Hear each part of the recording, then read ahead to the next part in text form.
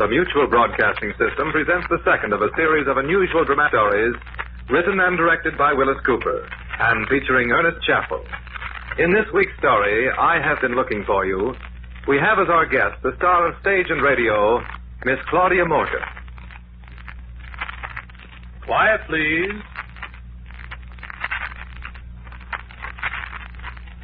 Quiet, please.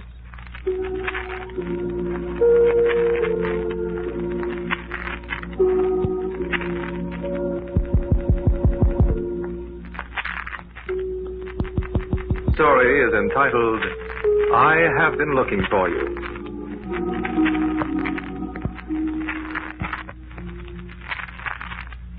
I have been looking for you. Your name? I do not know your name. Perhaps you are Anaitis, or Ligia, or Bernice. You are Mary, or Alice, or plain Jane. You are Mercedes, Libushka, Colette. Where are you, love? I heard your voice when I was a child, when I was new in school, when I was a tender lad, unknowing. I heard your voice as I passed the schoolroom door. 7 times 7 are 49. 8 times 7 are 56. 9 times 7 are 63. But I pushed the door ajar and looked, and there was only a schoolroom full of children and a teacher at a desk. The cadence of your childish voice hung in the sunny air in the schoolroom, but I couldn't find you. And wondering, dreaming, I closed the door and went my way on to the confusion of another schoolroom. But your voice was with me, and I have not forgotten. Many times I heard your voice, love, as I grew older. There were other girls in my boyhood, sweet, clean-limbed girls I remember now through the years.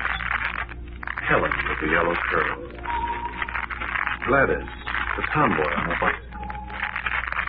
Paula in the library. Kate, Dorothy, and Jenny, and crippled Margaret. Then my playmates taunted me because I had no girl of my own. But I smiled a secret smile as I turned away and walked homeward along the elm-shadowed, the flower-sweet streets at night. For always you were somewhere. And I knew I should find you one day, somewhere. How many years have passed this love? How many summers, how many yesterdays, how many heartbeats? But I knew that I should find you. I saw you at a distance sometimes, a gay red bathing suit on a beach, a fluttering tartan scarf on the winter hillsides against the snow. But when I ran to greet you and call you mine, you were gone.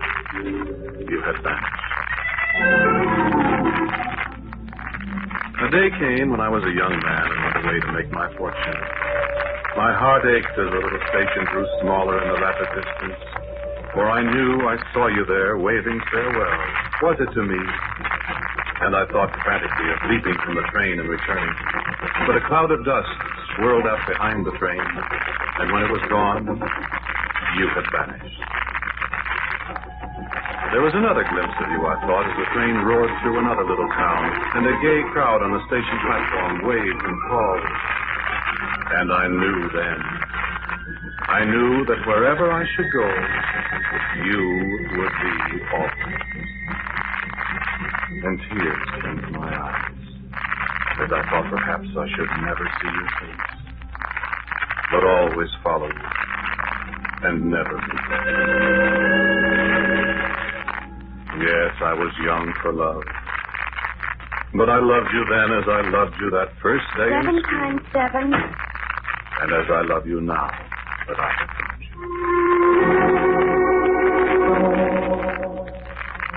I knew you followed me. I heard your footsteps down the summer dark street, with the flickering old streetlights scattering shadows into the lilac bushes. And the scent of the lilacs has brought you back to me so many times.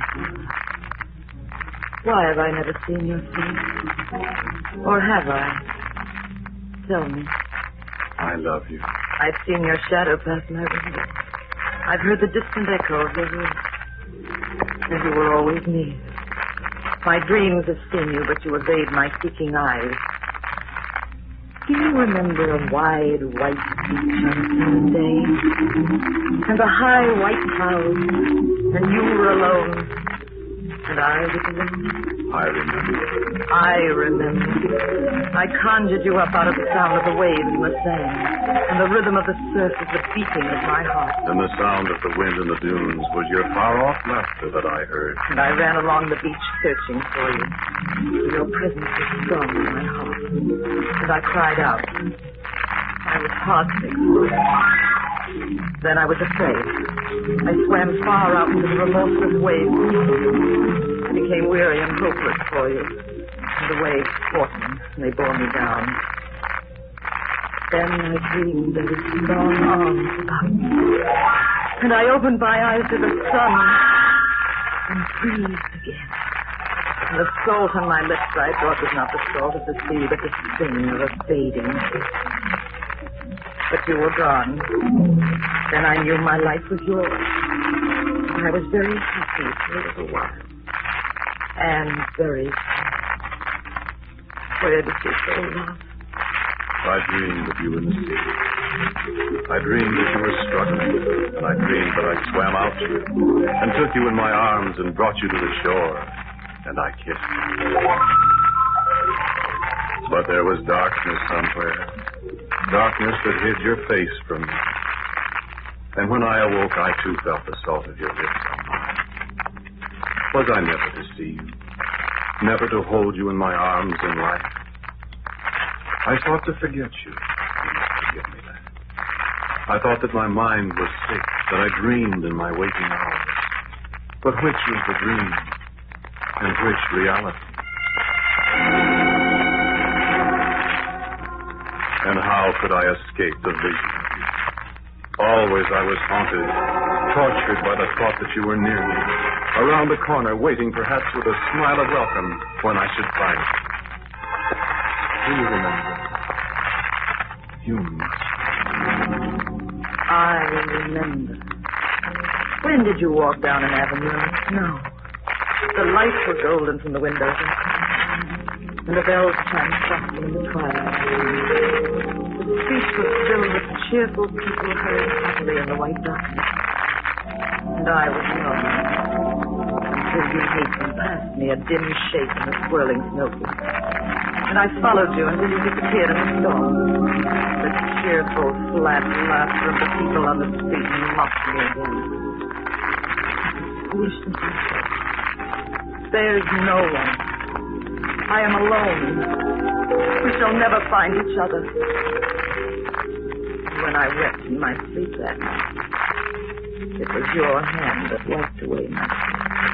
I dreamed of a woman weeping, and I kissed her eyelids as she said. You went away.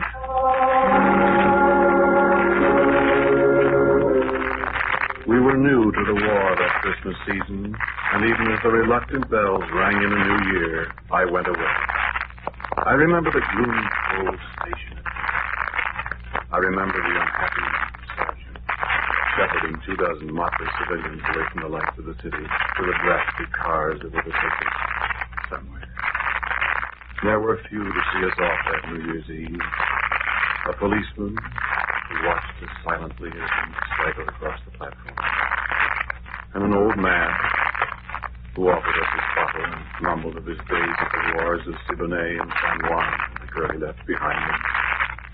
And a group of belated commuters turning away from us to study the blackboard as the train arrived. And as they closed the doors of the coaches, a fat woman pounding on the window, mouthing frantic goodbyes to a little man who turned away from her. But when our train began to move from the station, a glimpse of a woman standing alone under a dusty electric light on the platform. And then I knew, as I remembered once before, that I could never wholly go away from you, that we belonged to each other, though I might never see your face.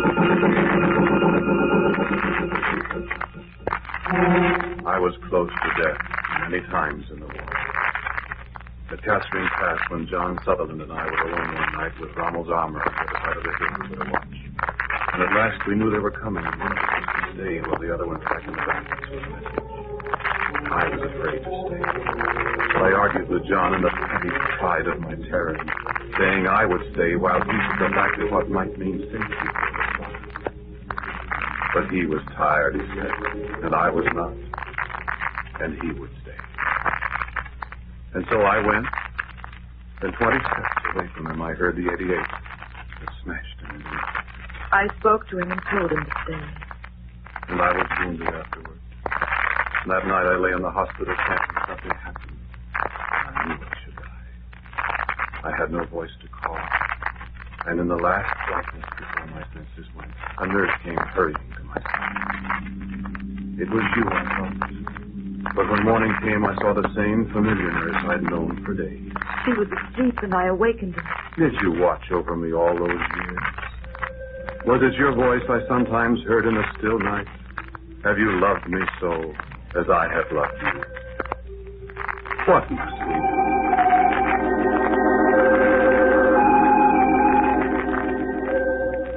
I have been looking for you for so long, but such a time went by. Such a long, weary time since I came home. Where were you, love? There was one moment. I was standing on the deck when our transport came up the bay. I was looking for you. There were hundreds of boats around us, boats with great painted signs welcoming some of us home. And there was none for me. But I hoped that perhaps among all those who had come to meet their men in the harbor there might be you. We were past the Statue of Liberty, nosing over to the North River where we were to dock. And a ferry boat from Jersey cut across our bows. I merely glanced at it, and I saw you. That was a happy homecoming.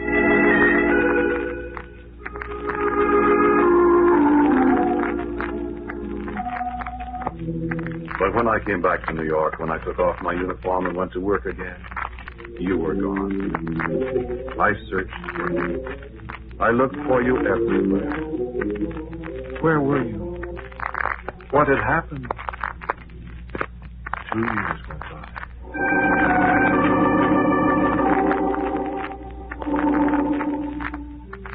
I saw you, love.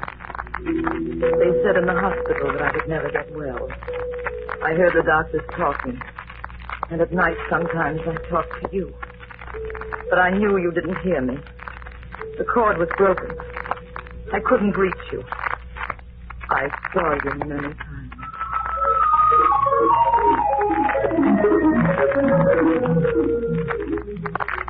I had buried myself in my work, they said.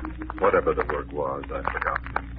I'd forgotten everything except that I loved you. And I tried to forget that. For I was afraid that you were gone from me forever. And I should never see you, never hear your voice again, never know your nearness as I had grown to know. I tried to lose the thought of you among 7 millions of people, among the high buildings and in the sounds of the city around me. And I almost succeeded. But then I saw you.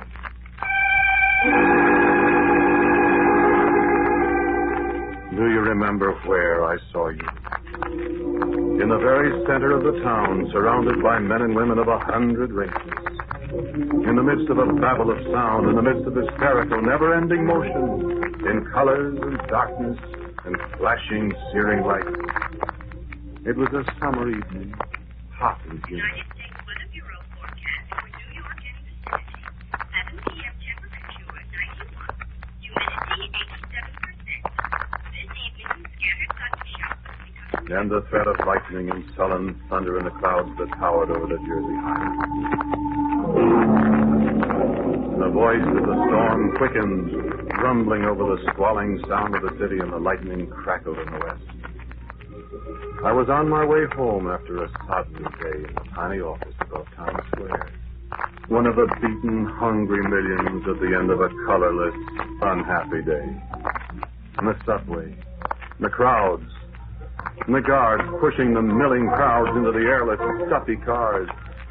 The train starting far underground where only blind animals should live. Bodies pressed against feverish bodies, tired eyes looking inwardly toward the comforts of home and cool drinks and blessed rest. And outside the windows, walls too close, sweating and dank with moisture.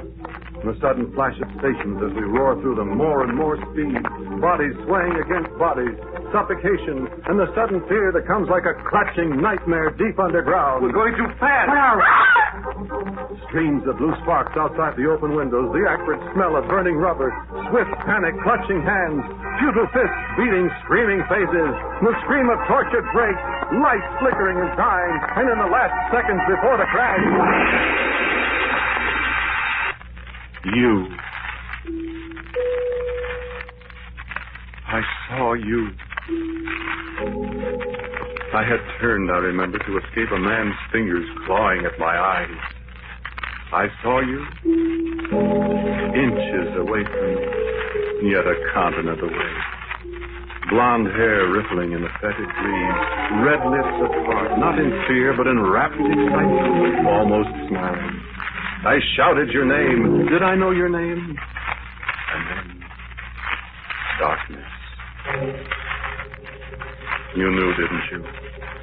You saved my life, but you said you turned your head just as the crash came. Yes, I turned my head to look at you. The steel rod just grazed your forehead. If you hadn't turned your head... I looked at you. It was providential, young man. It was you.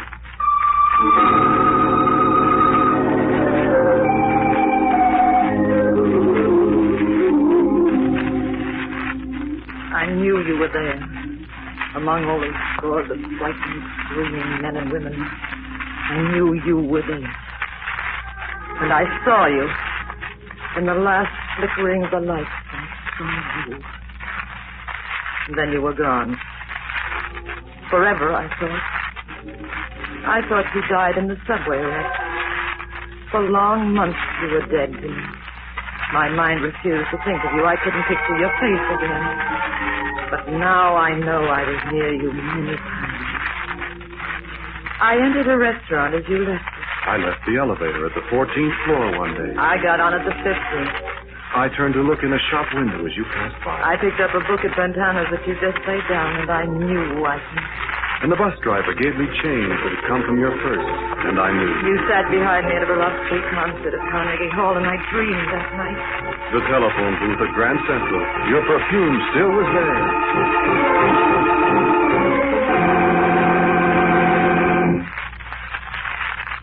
All those long months, years. There were long times when I never saw you. Times, I'm afraid, when I all but forgot you. And then I'd see a picture in the newspaper. A happy group celebrating something at some nightclub. And there you were. There was your face, dim and smudged with ink, half turned away from me in the background. And I was off again. Off to walks in the park, hoping to hear footsteps that had grown familiar through the long years. Off to a pub crawl along 3rd Avenue, drinking at King Costello's, P.J. Clark's, listening to the cadence of a voice that might somehow be there. And off on the top of a 5th Avenue bus, off on a Staten Island ferry, or an expedition through the theater crowds at certain times. Ah, my love, I had looked for you. I said I never knew your name. I'd lay awake nights and go over all the heroes' names I ever heard. Alice, Barbara, Claudia, Doris, Elizabeth, Frances, down through Wilhelmina, Yvonne, and Zoe. I'd make resolutions to forget. I went out with other girls. I tried to confuse my mind. But I found myself becoming bored with other girls. I looked for you and them, and I became short of speech, quarrelsome, and no girl ever went out with me twice. I kept to myself more and more times in Central Park, till the very ice cream vendors greeted me as an old acquaintance. And more times along 5th Avenue late at night, up past the cathedral, down past the Empire State, hoping, listening, peering anxiously at every woman I passed. I went away on long trips by myself to escape the thought of you, and heard your distant laughter, or thought I saw you framed in the window of a train that passed mine, going in your direction. I didn't sleep much. Nights I came home as late as I could. stagnant. I closed the door and shut the city out. I was afraid to see. I was afraid of the dream. The dream that came so often. An empty room. Dark, high walls. A little flight of stairs leading to an open door. And beyond the door, a dazzling light. And silence. And the light draws me to the flight of steps in the open door. My voice echoes in the silence of the gloomy room. Where are you, love? Where are you? I'm here, love. You are there, beyond the door, in the room where the light shines. Your shadow falls across the flight of steps. You are only 20 paces away. I move toward the door. 1, 2, 3, and the carpet touches me. Your voice. Come to me, love. Another hand. Is that a hand on my shoulder? I turn to see. The room is empty. Another step. I can go no farther. I struggle, but there is something that holds me back, and a voice that whispers in my ear. Not yet. Not yet. I fight against the force that holds me, but I cannot move. What is beyond the door where the light is? Do you wait for me? Why cannot I reach you? Come to me, love. I cannot move. Call me. Help me. Come to me. Come to me. Then with the sound of a great gong in my ears, I awake trembling. Into my bed. I lie awake till the gray dawn crawls through the window.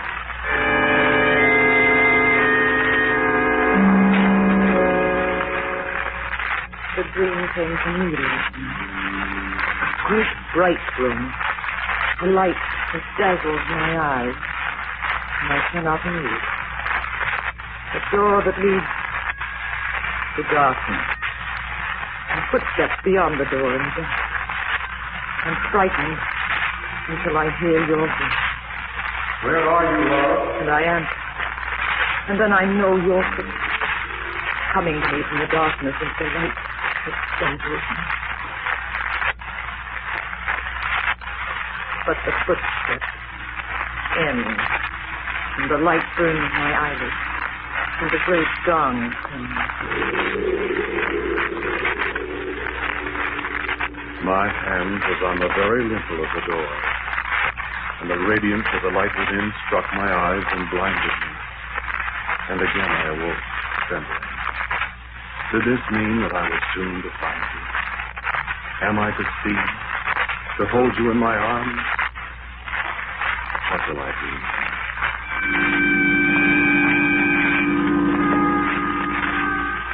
I slept a little, and the dream did not return. It was raining when I awoke, a quiet summer's rain, and the light in the street was the color of the light in the room beyond the door. Is that a sign? Is this the day?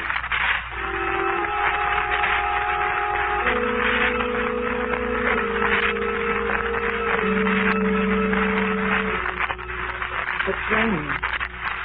I dreamed of a voice that I knew. I asked him to come to me. Is this the day? Is the dream a message from somewhere telling me that this is the day? I dress hastily, and I see that it's already 8 o'clock. Perhaps I shall meet him again. I shall wear my new scarlet raincoat. I'll know him when I see him. Will he know me? Dancing. Outdoors. Rain. Good luck at taxicab. Shall I meet him today?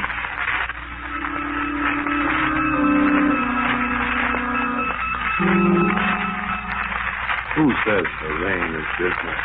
This is the day. I know this is the day. I shall walk to the office. Who knows, I may meet her on the way. I smile at strangers as I stroll through the pelting rain down Madison Avenue. Here is a young couple, lovers. I, too, am a lover. And today I shall meet my beloved. And then the fulfillment of all my dreams from the time my childhood, so very long ago. I step down from the curb. 68th Street. Traffic is stopped before the upraised hand of the policeman in the middle of the street. I smile at them. And I do not see the taxicab leaning around the corner against the light, the driver frantically tugging at his wheel, very slowly it seems to me, and the cab coming straight at me. And as I looked up, the cruel wheels half a foot from me, you.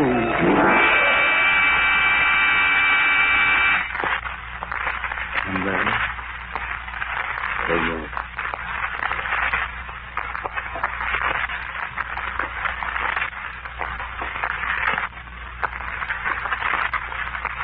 The dark room with the little stairs and the door and the dazzling light beyond. Nothing holds me back now. I go forward to the door and the light welcomes me. I know you are there, love. In a moment we shall meet. We shall kiss. We shall begin our life together. Shall we not?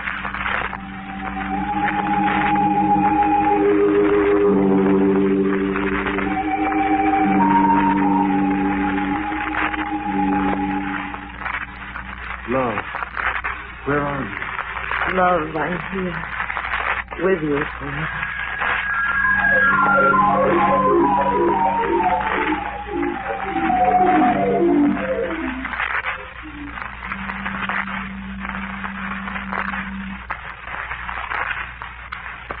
Yes, indeed. Right through here.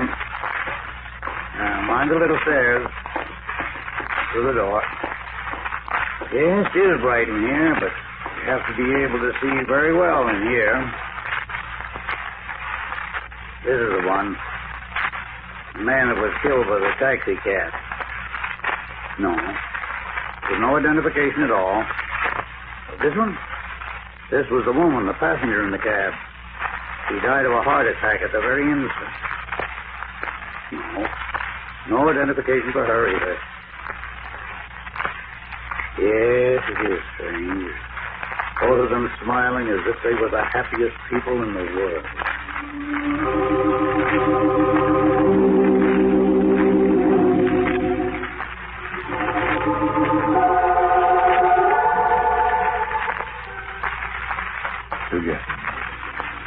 Together.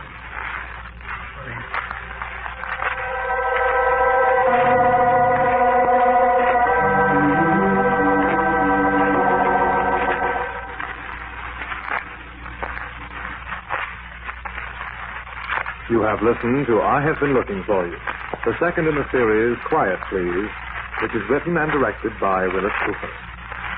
Ernest Chappell was the man who talked to you, and our guest, Claudia Morgan, was the woman. Thank you, Claudia, for being with us.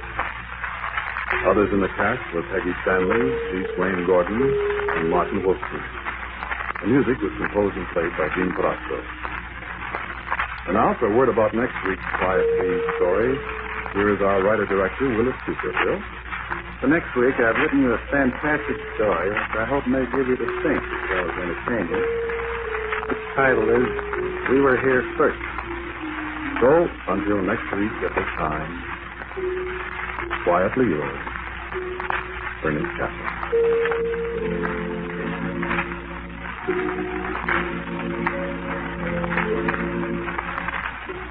This program came from New York. Stay tuned now for a fascinating story of strange events and their common sense explanation on the House of Mystery, which follows in just a moment. This is the Mutual Broadcasting System.